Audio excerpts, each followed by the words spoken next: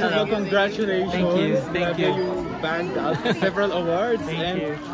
For Beanie and all the Star Music. What can you say about this award? Sobra lang akong grateful and always nakaka-proud lang na ang dami sa mga artists that I've worked with ay naka-receive ng awards tonight. And syempre, speaking for the entire industry as a whole, buhay na buhay talaga yung OPM. And ayun, tuloy lang tayo sa pagiging creative when it comes to music, and marami pang maaabot ng musikang Pilipino.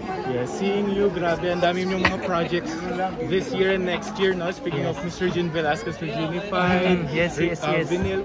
Jonathan, sa dami ng trophies mo. Saan pero, nilalagay? May cabinet ako. So siksika na lang sila doon. Pero abangan ninyo yung musical play ko, ha? Next year yun. I was about to ask you that. It's a new musical featuring the music of yours truly sa Resorts World siya.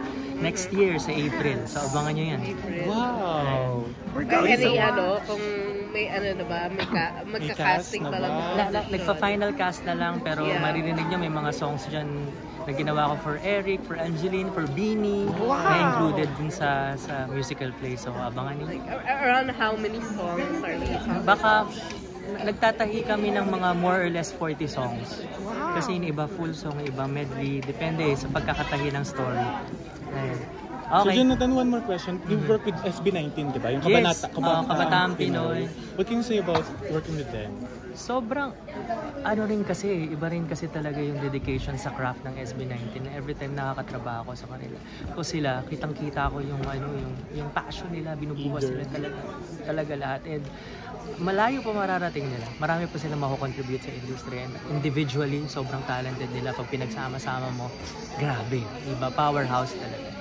Jonathan, posible ba yung SB19 collab with Beanie? Kasi lagi na sila nagsasama. Nangyari na yan sa Kabataan Pinoy, di ba? Nung ginawa namin yung anniversary ko yun, ginawa namin yung Kabataan Pinoy, yung Beanie and SB19.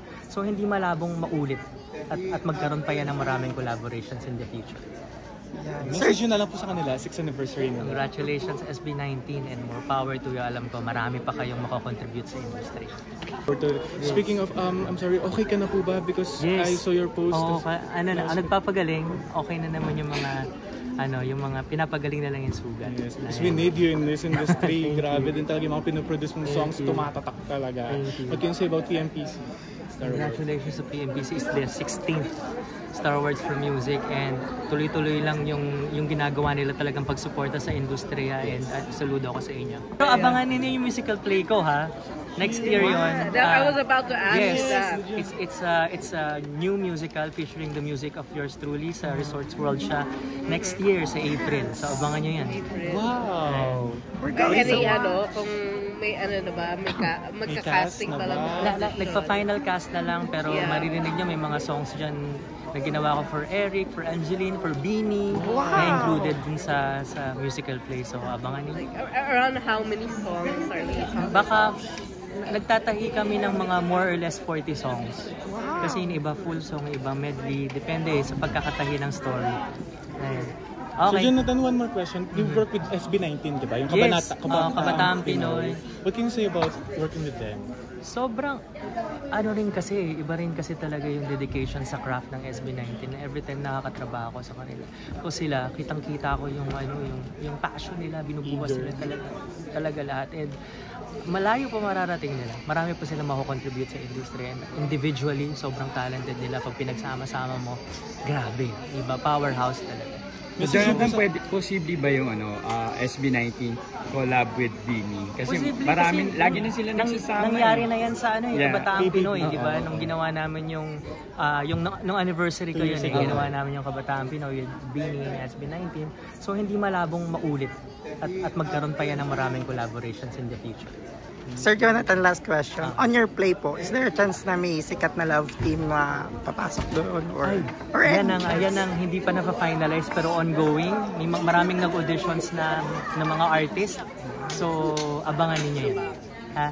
Is Kim Chiu still under Star Music? Yes, oo. Yes. Kasi di ba magkakaroon sila ng movie with Paolo? Is there a chance na Star Music din ang OST nito? For sure, definitely. Pero pinag-uusapan pa yung mga detalye. Oh my God, looking forward to it. Thank you po. Thank you. Thank you po. God bless. Thank you. Thank